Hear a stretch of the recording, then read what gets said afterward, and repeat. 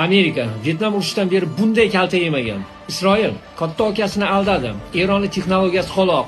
2 kunda tinchitamiz, boshqalarni tinchitgan deydi. Urushning birinchi kunidayoq o'z yetakchisini yo'qotib, knockdownga uchragan Eron juda ham tez o'ziga keldi. Eron Yaqin Sharqda Amerika Isroilga aloqasi bor 27 ta obyektga, harbiy baza, neft terminallari, konsulxonalari, dash Yevropaning Kiprda joylashgan Angliyaning harbiy bazasiga ham zarba berdi. Abraham Lincoln avianosetiga 4 ta raketa bilan zarba berdi. Bir necha qiruvchi samolyotlarni urib tushiryapti. Hali biza bilmaganlarimiz nechta? Isroil ham o'z tarixida bunday kalta yemagan. Shaharlarni qarang, vayron bo'lib yotibdi. Amerika harbiylari tobutda qaytyapti. Urush qoladinglarmi? Marhamat, qabul qilinglar. Urushning boshida Donald Trump bu operatsiya taxminan 4-5 hafta davom etadi deb taxmin qildi.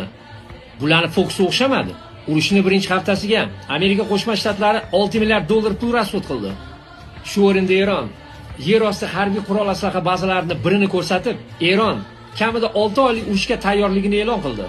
Knockdowndan o'ziga kelgan Eron AQSh koalitsiyasiga yana qancha muddat qarshilik ko'rsata oladi? Eron bu urushda g'alaba qozonishi mumkinmi? Siz qanday fikrdasiz?